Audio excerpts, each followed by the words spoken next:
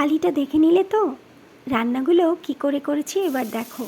ছোট্ট একটা ব্লগ খুব তাড়াতাড়ি হয়ে যাবে, একটু দেখলেই বুঝে যাবে কত সহজে কত কম সময়ে রান্নাটা করে নিলাম। কচুরলতি বেছে ধুয়ে কেটে রেখেছিলাম, সাথে আলু আর পেঁয়াজও কড়াইয়ে তেল গরম করে দিয়ে দিয়েছি।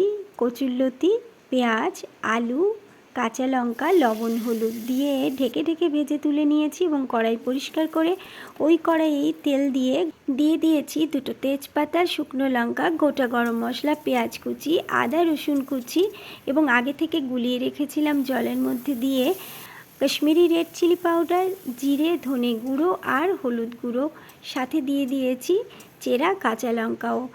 এরই মধ্যে দিয়ে দেব আলু এবং মাংস, একই সাথে কষা হয়ে যাবে, আলাদা করে কষানোর দরকার নেই।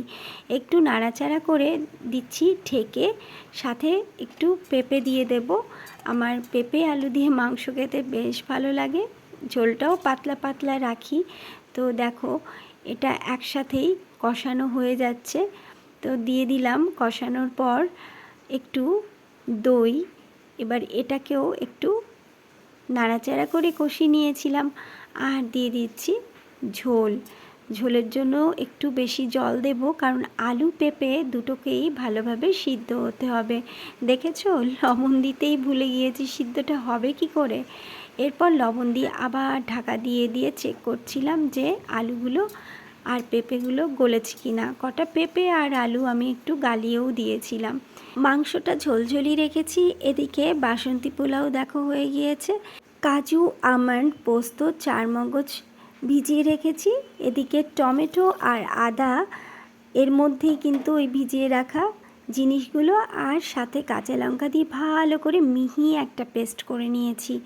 দিয়ে দিচ্ছি কড়াইয়ে সাদা তেল এবং গোটা গরম মশলা, আর ওই যে পেস্ট করে রাখা মশলাটা দিয়ে দিয়েছিলাম পরিমাণ মতো লবণ, আর এটাকে ভালো করে কষিয়ে নিয়েছিলাম।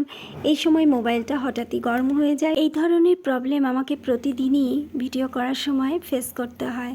মোবাইলটা গরম হয়ে ভিডিওটাই অফ হয়ে যায়।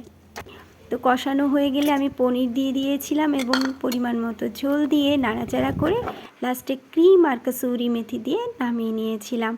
এবার থালিটা কিভাবে সাজিয়ে নিচ্ছি দেখে নাও। বাসন্তী পোলাও, সাদা ভাত একই সাথে দিয়ে দিয়েছি, বাটি চাপা দিয়ে দিয়েছি কচুরলতি, পনির মহারানি, চিকেনের সেই ঝোলটা, আর একটা চিকেন একটু ফ্রাই করে নিয়েছিলাম সেটাও দিয়েছি, দিলাম সালাদ।